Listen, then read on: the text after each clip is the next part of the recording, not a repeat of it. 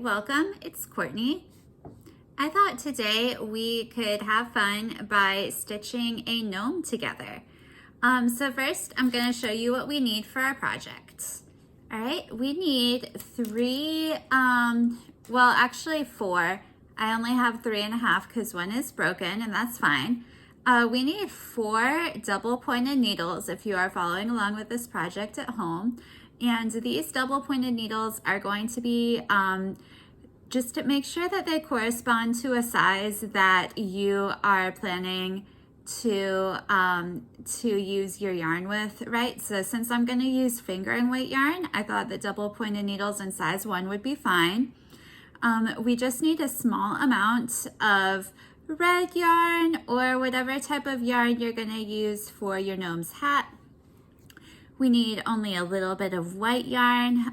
If you have like a variegated skein that you can cut a piece long enough to complete this section, then that's fine. You probably only need a tiny bit, especially if you're working with the fingering weight yarn.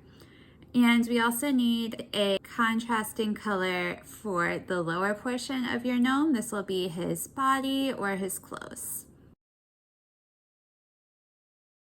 Since this is a paid-for pattern, I can't give you too much information about the pattern here, but I can tell you where to find it. You can find it on the Imagined Landscapes website or on their Ravelry. The designer's name is Schira. That's last name is spelled S-C-H-I-R-A, and I'll leave it down in the description below.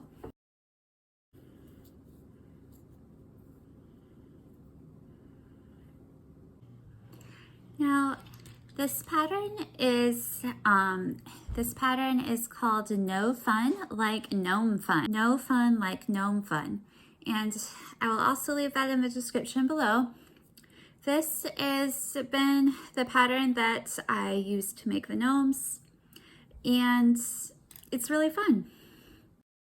So I've got my slip knot going, and what I'm going to be doing in this video is I will follow the pattern and speed it up. And if you guys would like to follow along, download the pattern and we can get started.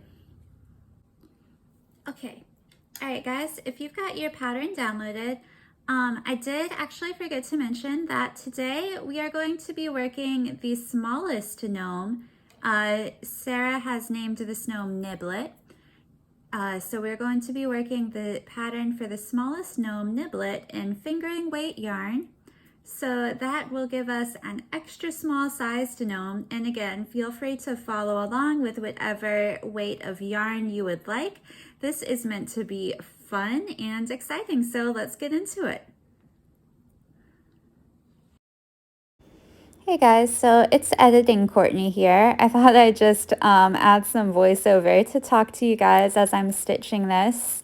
This past week has been spring break for my kids, and making a gnome every day has been a little bit of a stretch energetically, but it has been a lot of fun. It has certainly brought a lot of magic to our household. So I really hope you're following along with me and downloading the pattern and making your own one. But if you're here, like I sometimes do, just to listen to someone talk about something that they're passionate about, then you are in the right place. Maybe you're a knitter yourself and you're just hoping to gather some ideas. That's okay too. All are welcome here, regardless of skill level or experience or, willingness to have another project right now to do. Yes, we welcome you all, and I'm just so excited though that we get to, even if we're not working on it all at the same time, today we get to make a gnome together, and how cool is that?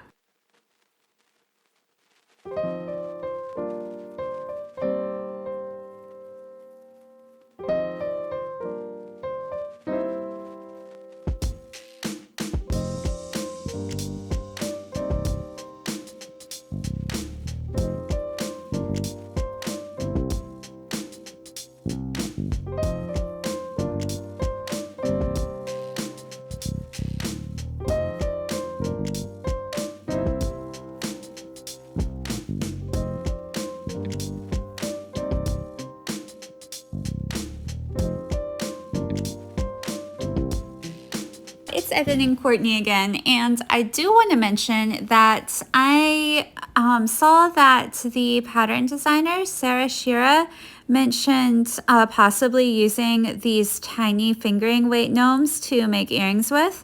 And that is certainly one possibility. So you'll see at the end of my project, I'm not going to weave one of the ends all the way in. I'm going to leave it kind of exposed so that I can figure out if I want to make a hoop, really just figure out what I want to do with it. My kids have been having a fun time playing with it, and I have been watching them play and learn and grow with these, and it's been great. It's been great fun. So if you have kids in your life, this is a project that I would definitely recommend. And you can even go to Sarah's Ravelry or website at imaginelandscapes.com, I believe.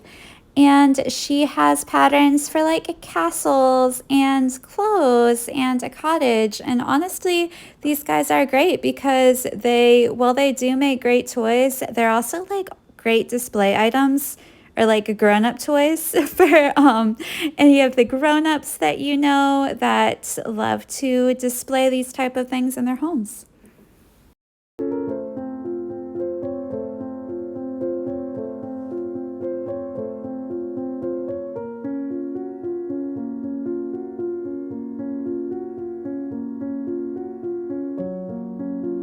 Now we're coming to the home stretch where I'm just stitching on his little beard, and I'm doing his little nose following the pattern instructions that come in the No Fun Like Gnome Fun pattern by Sarah Schira of Imagined Landscapes.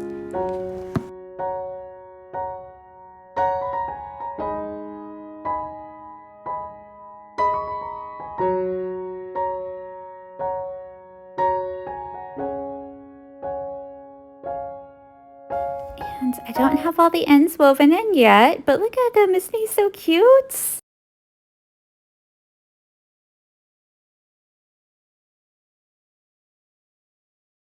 Just putting the last finishing touches on. I love this part.